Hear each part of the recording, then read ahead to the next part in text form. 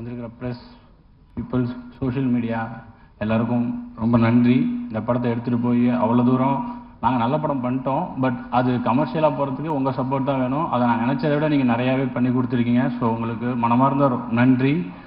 விஜய் மேலவா, மம்தா மேலவா, விநாயகம் மேலவா.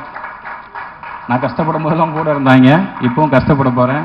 வா கூட இருங்க, சீக்கிரம் வா, டைம் இல்லைன்றாங்க.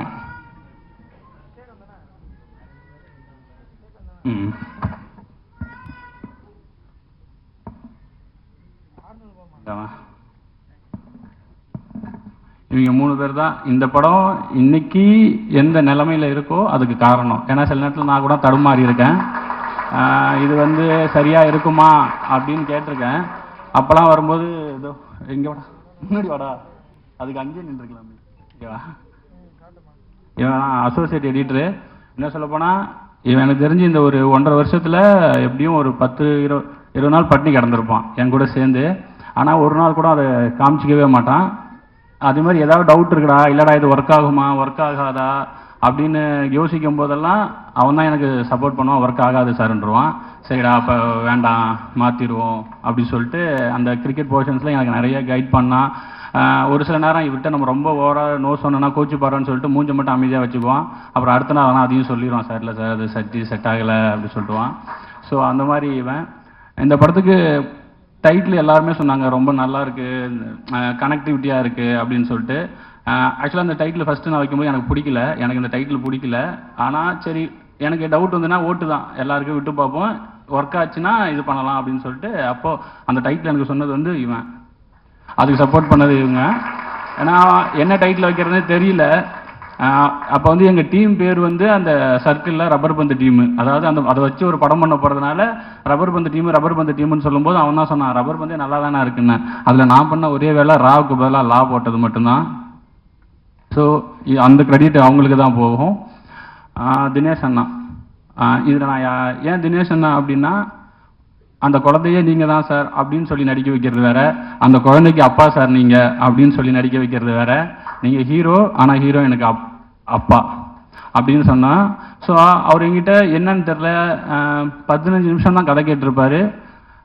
15 நான் சொன்னேன் இது மாதிரி 2 குண்டு இருக்குண்ணே அப்படின்னேன்.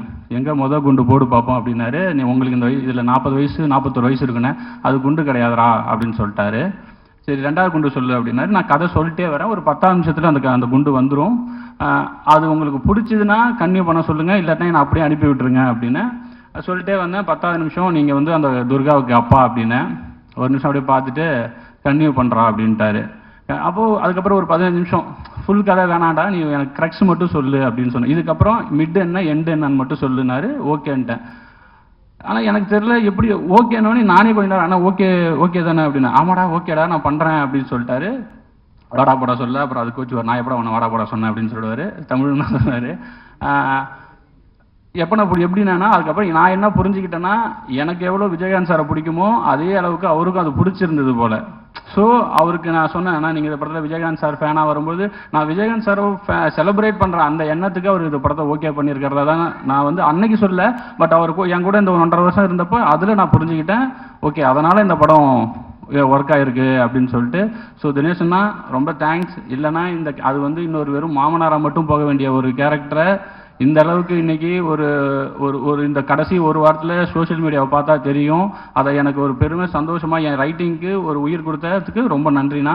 உங்களுக்கு உடம்பு சரியில்லை அதனால் நீங்கள் அவர் என் கூட அந்த தேட்டர் விசிட்லாம் போனதுனால அவருக்கும் சரி சஞ்சனாவுக்கும் சரி ஏதோ வைரல் ஃபீவர் அந்த மாதிரி ஏதோ ஆகிருக்கு, டயர்டாகிடுச்சு, அதனால் அவங்களால வர முடியல. தப்பாக எடுத்துக்காதீங்க யாரும். அசோதை நீங்கள் நல்லா தான் பண்ணீங்க, சொல்லக்கூடாதுன்னு இல்லை. எனக்கு சரி இதை நான் சொல்கிறது இல்லை, நம்ம எல்லாமே சேர்ந்து தானே ஒர்க் பண்ணியிருக்கோம், அதனால் எனக்கு சொல்கிறதுக்கு கரெக்டாக இருக்குமான்னு தெரியல. இவங்க சொல்லணும், அதுக்கப்புறம் ஓகே அப்போ நம்ம கரெக்டாக தான் பண்ணியிருக்கோம் அப்படின்னு தான் தெரிஞ்சதே தவிர மற்றபடி சொல்லக்கூடாதுல்ல. ஏன்னா செட்டே சொல்லிருச்சு, நீங்கள் நடிக்கும்போது வேடிக்கை பார்க்க வந்த என் ஒய்ஃப் கூட 2-3 நாள் வரும்போதே சொல்லுவாங்க, என் தலைவி தான்டா இந்த படம் அப்படின்னு சொல்லுவாங்க. ஸோ நீங்கள் ரொம்ப நல்லா பண்ணியிருக்கீங்க. அந்த கேரக்டருக்கு அதே தான் சேம், நீங்கள் ஹீரோயின் ஆனால் இன்னொரு ஹீரோயினுக்கு அம்மா இப்படி சொல்லி இது ஒரு காம்ப்ளிகேட்டடான இது. அவங்க வந்து என்கிட்ட கதை கேட்கும்போது ஜூம் காலில் கேட்குறாங்க. நான் ஃபஸ்ட்டு கதை சொல்கிறேன், அவங்களோட எண்ணம் என்னன்னா தமிழ் சினிமாவில் ரீஎன்ட்ரி வேணும் சார். இப்போ அவங்க எவ்வளோ எமோஷன் பேசுனாங்களோ அதை அப்படியே என்கிட்ட சொன்னாங்க. நான் ஒரு செகண்ட் கதையை சொல்லலாமா வேணாமான்னு யோசித்தேன். பட் சொல்லிடுவோம், சொல்லிட்டு அதுக்கப்புறம் என்ன சொல்கிறாங்கன்னு சொன்னோம். அவங்க சொல்லி முடித்த உடனே அவங்க ஓகேன்ட்டாங்க. அவங்க ஒன்றே ஒன்று தான் கேட்டாங்க, சார் எனக்கு நான் எந்த லாங்குவேஜ் பண்ணாலும் தமிழில் ரீஎன்ட்ரி ஆகணும், எனக்கு தமிழில் பிரேக் கிடைக்கணும் சார், நான் அதுக்கு தான் இவ்வளோ பண்ணிகிட்டு இருக்கேன், உங்களை நம்பி நான் இறங்குறேன் சார் அப்படின்னு. ஹாப்பியாக பண்ணிங்க. அப்போ இது சக்ஸஸ் மீட்டு தான். ஸோ அவங்க ஹாப்பினா கண்டிப்பாக நானும் ரொம்ப ஹாப்பி. நான் இந்த படம் பண்ணது என்னுடைய வெற்றி பை ப்ராடக்டாக தான் பார்க்குறேன். அசோதைக்கும் தினேஷ் அண்ணா அவங்களுக்குமே சரி, 2 பேருமே கிட்டத்தட்ட ஒரே காலகட்டத்தில் தான் இருக்காங்க, ஒரே இதில் தான் இருந்தாங்க. அவங்களுக்கு ஏதோ ஒன்று தேவை, அது கிடைக்காம சுற்றிக்கிட்டே இருந்தாங்க. அது இந்த படத்து மூலிமா கிடைச்சிருக்குன்னு அவங்களுக்கு நம்பினாங்கன்னா நான் ரொம்ப ஹாப்பியாக இருப்பேன். நான் தான் அது ஃபர்ஸ்ட் ஆளாக ஹாப்பியாக இருப்பேன். ரொம்ப தேங்க்ஸ் இந்த கேரக்டர் எனக்கு பண்ணி கொடுத்ததுக்கு உங்கள் 2 பேருக்குமே. ஹரிஷ் ப்ரோ, நான் இந்த கதை எழுதி மொதல் ஹீரோவே அவர்கிட்ட தான் பேசிட்டு சொன்னேன். ஒரே மீட்டிங் தான் பண்ணுறேன்னு சொல்லிட்டாரு. ரொம்ப தேங்க்ஸ் ப்ரோ, அன்புவாக வந்ததுக்கு. சாப்பிடவும் அவர் பேசும்போது சொல்லுவான்னு நினைக்கிறேன். சாப்பிட விடாமல் அனுப்புனது, சாப்பிட விடாமல் வேலை வாங்கினது. ஸோ நிறைய கஷ்டப்படுத்தணும், கஷ்டம் வேணும்னே படத்தில் அது அங்கே தேவைப்பட்டுச்சு. அது எல்லாம் பொறுத்துக்கிட்டு அவர் நினச்சிருந்தாருன்னா ப்ரொடியூசர்கிட்ட பேசியோ இல்லை யாதோ சொல்லி இல்லை நான் எனக்கு சில இதுக்கெல்லாம் வேணும் அப்படின்னு கேட்டிருந்தாங்கன்னா ஆப்வியஸாக ப்ரொடக்ஷன்லேயும் சரிப்பா அதை என்னன்னு பார்த்துடலாம்ப்பா அப்படின்னு சொல்லியிருப்பாங்க. ஆனால் அவர் ஒரு நாள் கூட முகத்தை சுழிச்சதோ இல்லை பிரேக் விடாமல் நாங்கள் அவ்வளோ நேரம் அடின்னு அடித்த எதுவுமே இது வரைக்கும் இந்த நாள் வரைக்கும் எங்கிட்ட லைட்டாக முகத்தை கூட காமிச்சதில்லை. ஆனால் நான் நிறைய பண்ணியிருக்கேன், நிறைய டார்ச்சர் பண்ணியிருக்கேன். பட் எதுக்குமே இல்லாமல் அவர் இந்த கதையை நம்பி என்னையை நம்பி இது வரைக்கும் என் கூட ட்ராவல் பண்ணிட்டு இருக்காரு. நேற்று ப்ரொமோஷன்ஸ் வரைக்குமே அவர் என்னை அவ்வளோ பேக் பண்ணுறாரு, என்னை அவ்வளோ சப்போர்ட் பண்ணுறாரு. ரொம்ப தேங்க்ஸ் ப்ரோ. இதே மாதிரியே இருங்க, நிறைய பேர் சப்போர்ட் பண்ணுங்கள். சஞ்சனா அவங்களால வர முடியல, அவங்களும் அந்த கேரக்டருக்கு ரொம்ப நல்லபடியாக பண்ணி கொடுத்தாங்க. அந்த கேரக்டரை எழுதும்போது நான் கொஞ்சம் இந்த ஸ்கிரிப்டில் எனக்கு ஒரு டவுட்டுனா எனக்கு அவங்க கொஞ்சம் கம்மியாக எழுதிட்டோமோ இல்லை அது சரியாகுமோன்னு தெரியலங்கிற ஒரு டவுட்டில் இருந்தப்போ அந்த கேரக்டரையும் இந்த படத்தில் அந்த உமன்ஸ் கேரக்டர் எல்லாம் ஸ்ட்ராங்னு சொல்லும் போது விட எனக்கு அசோதை எழுதும்போதே தெரியும் இந்த கேரக்டர் கண்டிப்பாக அதுக்கான வேலையை பார்த்துருன்னு. ஆனால் சஞ்சனா கேரக்டர் மேலே எனக்கு ஒரு டவுட் இருந்துக்கிட்டே இருந்துச்சு. பட் அவங்க அதை புல் ஆஃப் பண்ணி அதையுமே என் ரைட்டிங் கொஞ்சம் எலிவேட் பண்ணி கொடுத்தாங்க. ஸோ அவங்களுக்கு ரொம்ப நன்றி. ஜென்சனாக இருக்கட்டும், அவர் ஆர்ட் டைரக்டர், அவரும் ஒரு ஸோ இந்த கேரக்டர் எல்லாருமே என்னன்னா ஒரு கட்டத்துக்கு மேலே அவங்க எந்த டிஸ்டர்புமே பண்ணல. சரி இவர்கிட்ட ஏதோ ஒன்று கேட்குறாரு அதை கொடுத்துருவோன்னு சொல்லி வெயில்லையும் மழையிலையும் எனக்காக அவ்வளோ பண்ணி கொடுத்தாங்க. உங்கள் எல்லாருக்கும் ரொம்ப நன்றி. டெக்னீஷியன் டிகேபி இன்னைக்கு வரல, அவருக்கு வேறு ஷூட்டில் இருக்கார். அவர் அப்படி நான் இந்த கதை அவர் கரெக்டாக இந்த படம் ரொம்ப லவ் டுடே ரிலீஸ் ஆச்சு. அவருக்கு வேறு நிறைய கமிட்மெண்ட்ஸ் வந்துச்சு. அவர் நினச்சிருந்தா போயிருந்துருக்கலாம். ஆனால் இந்த கதையை படிச்சுட்டு அவருக்கு ஜென்யூனாக இல்லை, இந்த கதையில் ஒரு ஜென்யூனிட்டி இருக்கிறதால நான் போக மாட்டேன், நீங்கள் என்னைக்கு ஷூட் பண்ணாலும் சொல்லுங்கள் நான் வந்துடுறேன் அப்படின்னு சொல்லிட்டு இதுக்கு ஒரு பக்கம் மகாராஜா ஷூட் போய்கிட்டு இருக்கு. நைட்டு வரைக்கும் அங்கே போயிட்டு காலைல ஆனால் என் ஷூட்டுக்கு வருவார். கிட்டத்தட்ட ஒரு 30 நாள் தூங்காமல் கொள்ளாமல் வேலை செஞ்சுருக்காங்க. ஸோ டிகேபி ரொம்ப நன்றி. தினேஷ் மனோகரன், காஸ்டியூம் டிசைனர் தினேஷ் மனோகரன், ஊரில் இப்படி தான் சட்டை போடுவாங்க, போய் ஷோரூம்லாம் ட்ரெஸ் எடுக்காதீங்கன்னு மட்டும்தான் சொன்னேன். அவர் எங்கே போய் எடுத்தாருன்னு தெரில. ஆனால் அந்த படத்தில் வர காஸ்டியூம்ஸாக இருக்கட்டும், அந்த வேர்ல்டை பில்ட் பண்ணுறதுக்கு எனக்கு ரொம்ப ஹெல்ப்ஃபுல்லாக இருந்துச்சு. தினேஷ் மனோகரனுக்கு நன்றி. ஆர்ட் டைரக்டர் வீரமணி சார், நீங்கள் தான் என்னதான் நம்ம லைஃப் நான் எழுதியிருந்தாலும் அதை கொடுக்கறது ஆர்ட் டைரக்டர் தான். ஸோ அவ்வளோ லைஃப் கொடுத்தாரு. இது எங்கேயுமே செட்டு இல்லை. பட் நாங்கள் ஒர்க் பண்ண அந்த ஆர்ட் டைரக்ஷன், அந்த ஆர்ட் ஒர்க்கு நான் ஃபஸ்ட்டு ஒரு விஜயகாந்த் சாரை வரைஞ்சிட்டாரு. திடீர்னு ஒரு நாள் நான் என்ன நைட்டு ஃபோன் பண்ணி இல்லை எனக்கு அது வேண்டாம், நான் ஒன்று அனுப்புகிறேன், அதை வரைஞ்சி கொடுங்க, நாளைக்கு காலைல ஷூட் ஆனால் அந்த நைட்லேயும் போய் அதை வரைஞ்சி கொடுத்து எனக்கு அந்த இப்போ நீங்கள் ஃப்ரேமில் பார்க்குற அந்த வீட்டில் இருக்கிற ஃப்ரண்ட்டில் இருக்கிற அந்த விஜயகாந்த் சார் லாஸ்ட் மினிட்ல நான் மாற்றினேன். முகம் சொல்லிக்காமல் எனக்கு அதெல்லாம் பண்ணி கொடுத்தாரு. அது மட்டும் கிடையாது, நிறைய மானிட்டர் பக்கத்துலேயே உட்காந்துருப்பாரு. சின்ன ஒன் மோர் கல்பெல்லாம் இம்ப்ரூவைஸ் பண்ணிக்கிட்டே இருப்பார். ஒன் மோருக்கு ஆர்ட் டைரக்ஷன் சைடில் இம்ப்ரூவைஸ் பண்ணுவாங்கங்கிறத நான் பார்த்தது கிடையாது. ஆனால் அவர் பண்ணிக்கிட்டே இருந்தார். ரொம்ப தேங்க்ஸ் சார். மதன் ப்ரோக்கு ஒரு நல்ல விஷயம் என்னென்னா அவருக்கு கிரிக்கெட் ரொம்ப தெரியும். ஸோ அதனால் நான் என்ன எடுத்திருக்கேங்கிறதையும் அவருக்கு தெரியும். ஸோ கிரிக்கெட்டில் சில நேரத்தில் நான் ஏதாவது வேணான்னு சொன்னால் கூட இல்லை ப்ரோ இது நல்லாயிருக்கும், ஒர்க் ஆகும். அதே மாதிரி ஷூட்டு போகும்போது ரொம்ப ஹெக்டிக்காக இருந்தது. ரொம்ப நாங்கள் ஒரு மாதிரி எனக்கெல்லாம் ஒரு மாதிரி இது எடுக்கிறது சரியாக தப்பான்னு பார்க்குறது கூட நேரம் இல்லாமல் ஓடிக்கிட்டு இருந்தப்போ அவர்கிட்ட இருந்து ஒரு ஃபோன் கால் வரும், ப்ரோ நல்லா போய்கிட்டு இருக்கு, சூப்பராக போயிட்டு இருக்கு. நான் ஒரு நாள் என்னங்க இதை வேறு ஏதாவது சொல்லுங்கன்னு, சூப்பராக இருந்தால் சூப்பராக இருக்குன்னு மட்டும் தான் ப்ரோ சொல்ல தெரியும் எனக்கு அப்படின்னு சொன்னார். அந்த நேரத்தில் அது எனக்கு அந்த வேர்டு, ஏன்னா என்ன நடக்குது, நான் எடுக்கிறது ஒர்க் ஆகுதா, ட்ராமா ஒர்க் ஆகுமா ஆகாதான்னு நான் அவ்வளோ டவுட்லேயே இருக்கும் பொழுது அவர் மட்டும்தான் சொல்லிட்டே இருப்பார், ப்ரோ சூப்பராக வந்துகிட்டு இருக்கு, சூப்பராக வந்துகிட்டு இருக்கு, சூப்பராக வந்துட்டு இருக்குன்னு. அந்த சூப்பராக வந்துட்டு இருக்கிறது ரிலீஸுக்கு அப்புறம் வரைக்குமே இப்போ எல்லாருமே சொல்கிறீங்க சூப்பராக வந்திருக்குன்னு. ரொம்ப தேங்க்ஸ் ப்ரோ. அந்த வேர்டுக்கு உங்கள் ஒர்க்கை விட உங்கள் வேர்டு தான் எனக்கு பயங்கரமாக மோட்டிவேட் பண்ணுச்சு. ரொம்ப தேங்க்ஸ். மோகன் ராஜா, உங்கள் லிரிக்ஸ் உங்களுக்கே மறந்துச்சு. இதை போட போகிறாங்க ஃபஸ்ட்டு. மோகன்ராஜா கனாவில் இருந்து எனக்கு பழக்கம். கனாவில் எப்படின்னா, நான் ஒரு 4 பாட்டு சினிமாவுக்கு வராதுக்கு முன்னாடி ஒரு 5-6 பாட்டு எனக்கு ரொம்ப பிடிக்கும்.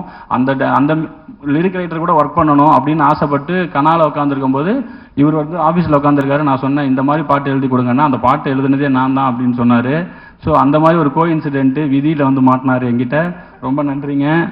சில்லாஞ்சேரி கேக்கு அதை விட ரொம்ப முக்கியம் ஆசை வரவேற்கு எனக்கு ரொம்ப ரொம்ப ரொம்ப நன்றி. உங்கள் ஒர்க் இன்னும் பயங்கரமாக பேசப்படும். டிஎஸ்கேக்கு நான் நன்றிலாம் சொல்ல முடியாது, ஏன்னா டார்ச்சர் பண்ணி உள்ளே வந்தார். எனக்கு அவரை காசு பண்ணுறங்கிற எண்ணம்லாம் கிடையாது. ஆனால் இல்லை நான் பண்ணி யாரா அவன் எங்கிட்ட வேலை செய்கிறதுக்கு இவ்வளோ ஆசைப்பட்றான் அப்படின்னு சொல்கிற மாதிரி இருந்தது. ஆனால் சண்டை போட்டு உள்ளே வந்து முதல் 2 நாள் ரொம்ப கஷ்டப்பட்டார். ஆனால் எதுவுமே இது பண்ணிக்காமல் ஒரு எப்படி சொல்கிறது, ரெடியாக இருந்தார். என்ன வேணாலும் பண்ணுறேன் ப்ரோ, எனக்கு ஒரு பிரேக் வேணும், நான் என்ன வேணாலும் பண்ணுறேன், என்ன பண்ணணும்னு சொல்லுங்கள், என்னை மாற்றி விடுங்கிற மாதிரி அதுக்கு வந்து ரொம்ப ஓப்பனாக இருந்தார். கண்டிப்பாக ப்ரோ நீங்கள் ஆசைப்பட்டது எல்லாமே நடக்கும், இப்படியே இருங்க. உங்களுக்கு எல்லாமே இருக்குது, உங்களால் என்ன கேரக்டரும் பண்ண முடியும். ஸோ நீங்கள் நினச்சது எல்லாம் இதுக்கப்புறம் நடக்கும். இந்த படத்தை நிறைய பேர் நிறைய ஆசைகளோடு இருக்கிறாங்க. அவங்க எல்லாத்துக்கும் அடுத்தடுத்த கட்டத்துக்கு போகணுன்னு நான் ரொம்ப ஆசைப்பட்றேன். ரொம்ப நன்றி. கடைசியாக லக்ஷ்மண் சார், நான் வேற ஒரு கதை சொல்ல தான் வந்தேன். ஆனால் லக்ஷ்மண் சார் தான் என்ன ஜேனர்னு ஃபஸ்ட்டு கேட்டார். நான் பவுண்டடோட வேறு போயிருந்தேன். நல்லா தைரியமாக பவுண்டட் இருக்குது என்ன பண்ணிடுவாங்க நம்மளே அப்படி சொல்லிட்டு போய் பவுண்டடை நீட்டினேன். கதையெல்லாம் பவுண்டடை பார்த்தாரு, என்னை பார்த்து என்ன ஜேனர்ப்பா அப்படின்னாரு. இந்த மாதிரி ராம்காம் சார் காலேஜ்னோடனே வேணாம்ப்பா அப்படின்ட்டாரு. என்ன சார் கதை சொல்கிறேன், இல்லைப்பா வேணாம்ப்பா, ராம்காம் வேணாம்ப்பா. என்னைய சார்கிட்ட அனுப்புனது வந்து அருண்ராஜா சார். அவர் தான் வந்து போடா பிரின்ஸ் பிக்சர்ஸில் அவன் பேரை சொல்லியிருக்கேன், கதை சொல்கிறா அப்படின்னு சொன்னாங்க. நான் போய் உட்காந்தோடனே இல்லைப்பா அது வேண்டாம், அருண்ராஜா சொன்னது வந்து உங்ககிட்ட மண் சார்ந்த கதை ஏதாவது இருக்குன்னு தான் சொன்னார். எனக்கு வாழ்வியலோட ஏதாவது கதை இருந்தால் சொல்லுப்பா அப்படின்னு சொல்லும்போது ஜஸ்ட் ஒரு 20 நிமிஷம் தான் சொன்னேன். இப்போ நான் பேசிக்கிட்டு இருக்க நேரத்தை விட கம்மியாக தான் கதை சொன்னேன் அவருக்கு.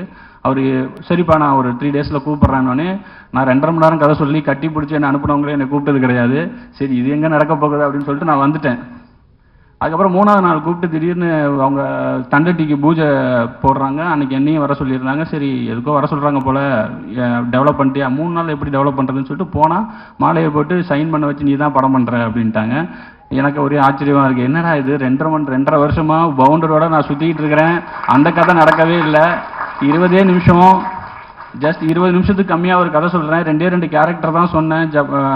பூமாலன்னு ஒரு கேரக்டர், கெத்துன்னு ஒரு கேரக்டர், அன்புன்னு ஒரு கேரக்டர்.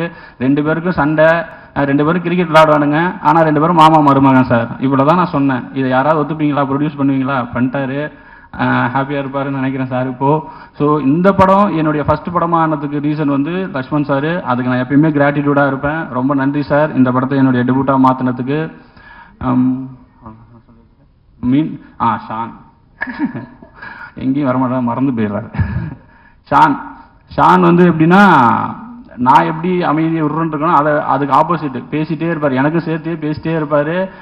பாட்டெல்லாம் போட போயிடும், 5 நிமிஷத்தில் பாட்டு போகிற வேலைலாம் முடிஞ்சிடும். அந்த பாட்டை போட்டு முடிச்சுட்டு சினிமாவில் என்ன நடக்குதுன்னு பேசுவோம். லஞ்சில் ஆரம்பித்து டின்னர் வரைக்கும் பேசி முடிச்சுட்டு அதுக்கப்புறம் ஓகே தலை பாட்டு நாளைக்கு வந்துடுவார். மொத்தமாக எனக்கு 2 பாட்டுக்கு சேர்த்து மொத்தமே 3 டியூன் தான் கொடுத்தாரு. அதில் 2 டியூன் எனக்கு ஓகே வச்சு ஷானை நம்பி நம்ம சில நேரத்தில் விட்டுறலாம். நான் மற்றவங்கள கூட ஏதாவது நான் போய் ஏதாவது நோண்டுவேன். ஷான்கிட்ட இது வரைக்கும் நான் எதுவுமே எனக்கு இப்படி தான் வேணும்னு சொல்லி கேட்டதில்லை. ஏன்னா ஷான் வந்து அவ்வளோ இதாக இந்த படத்துக்கு ஒர்க் பண்ணி கொடுத்தாரு. இந்த படத்துக்கு ரொம்ப கஷ்டம் வேறு நீங்கள் பிஜிஎம் பண்ணுறது. ஏன்னா அந்த கிரிக்கெட்டில் வெளியில் காமெடி பண்ணிகிட்டு இருப்பாங்க, உள்ளே 2 பேரும் இன்டென்ஸாக இருப்பாங்க. அது போக கமெண்ட்ரி வரும், சவுண்டுக்கு வேறு வேலை இருக்குது, இதுக்கு நடுவில் மியூசிக் வரணும். இத்தினோண்டு கேப்பில் ஒரு எமோஷனை கன்வே பண்ணணும். ஸோ அவ்வளோ ஒரு 6 மேட்ச் இருக்குது. அந்த 6 மேட்ச்சுக்கும் அவ்வளோ ஒர்க் இருக்குது. ஆனால் ஷானுக்கு நான் அவ்வளோ நாங்கள் வந்து திரும்ப கேட்போம், இல்லை இன்னும் பெட்டராக வேணும். ஆனால் எதை பற்றியுமே கவலைப்படாமல் ஷான் வந்து எனக்கு அவ்வளோ அழகாக பண்ணி கொடுத்தாரு. ஷான் ரோல்டனுக்கு இது கண்டிப்பாக என்னென்னா, நான் எடுத்த படத்தை விட இந்த படத்தை இன்னும் பெருசாக காமிச்சதில் ஷானுக்கு வந்து ரொம்ப மிகப்பெரிய பங்கு இருக்குது. ஸோ ஷான் ரொம்ப நன்றி. நீங்கள் இது பிஸியாக இருக்கீங்க வரல நீங்கள், ஆனால் உங்கள் ஒர்க்கு இந்த படத்துக்கு அப்புறம் இன்னமும் பேசப்படும். நான் ரொம்ப ஆசைப்பட்றேன். ரொம்ப நன்றி வந்திருக்க எல்லாருக்கும். மீண்டும் சொல்கிறேன், இந்த படம் நான் நிஜமாலுமே சொல்கிறேன், இந்த படம் ஹிட் ஆகும்னு நான் நம்பினேன். ஆனால் இவ்வளோ அளவு கிரிட்டிக்கலாகவும் சரி இதாகவும் எனக்கு இவ்வளோ பேர் கிடைக்கும் இவ்வளோ இது நான் நிஜமாலுமே நினச்சி பார்க்கல. நான் அன்றைக்கி ஹரிஷ் ப்ரோட்ட கூட சொன்னேன், ப்ரோ நம்ம 2 பேரும் ஒரு 3-4 மணி நேரத்துக்கு வேறு யாராவது ஆகி இந்த படத்தை ஒரு தடவை பார்த்துடணும், நிஜமாலுமே இந்த படம் இப்படி இருக்கான்னு நம்ம வாட்டி செக் பண்ணிடணும். இவ்வளோ வர்றது எனக்கு ஒரு மாதிரி என்னடா இது நம்ம தான் பண்ணோமா அப்படிங்கிற மாதிரி இருக்குது, எனக்கு ஒரு மாதிரி சரியலாக இருக்குது அப்படி ஐயோ கம்முனு அப்படின்னு சொல்லி பேசிட்டு இருந்தாரு. ஸோ ஹரிஷ் ப்ரோ இனிமேல் சொன்னால் ஷூட்டிங்கை விட ஷூட்டிங்க்கு அப்புறமும் சரி அந்த எனக்கு எப்பப்பெல்லாம் சப்போர்ட்டாக இப்போ ஒரு பிரதர் மாதிரி ஒரு கட்டத்தில் நான் ஹரிஷ் ப்ரோலாம் விட்டு ஹரிஷ்னே பேச ஆரம்பிச்சிட்டேன். ஸோ ரொம்ப தேங்க்ஸ் ப்ரோ, அந்த இடத்துக்கு எனக்கு ஸ்பேஸ் கொடுத்ததுக்கு ரொம்ப நன்றி. மீண்டும் பத்திரிகை ஊடகம் சோஷியல் மீடியா எல்லாருக்கும் ரொம்ப ரொம்ப நன்றி. சப்போர்ட் பண்ணுங்கள். எனக்கு மட்டும் இல்லை, இந்த மாதிரி ஃபர்ஸ்ட் பட டைரக்டருக்கு இன்னும் எல்லா படத்துக்குமே நீங்கள் என்ன எழுதுறீங்களோ அதுவும் சரி, அதுதான் வேர்ட் ஆஃப் மவுத்தாக மாறும். ஸோ சப்போர்ட் பண்ணுங்கள். ரொம்ப ரொம்ப நன்றி. யாரையாவது விட்டுட்டேன்னா என் ஒய்ஃபுக்கு நன்றி. நான் படம் எடுத்ததுக்கு இப்போ இந்த படம் எடுத்ததுக்கு இவங்க எல்லாருக்கும் நன்றி சொன்னேன். நான் சினிமாவில் இருந்ததுக்கு ரீசன், நான் ஓடி போகாமல் சினிமாவில் இருந்ததுக்கு ரீசன் என் ஒய்ஃபும் என் தம்பியும். ஸோ அவங்க 2 பேருக்கும் ரொம்ப நன்றி. என் தம்பி பேரை தான் நான் அன்புன்னு சொல்லிட்டு ஹரிஷ் ப்ரோவுக்கு வச்சுருக்கேன். ஸோ ரொம்ப ரொம்ப ரொம்ப நன்றி, ரொம்ப நன்றி, ரொம்ப நன்றி.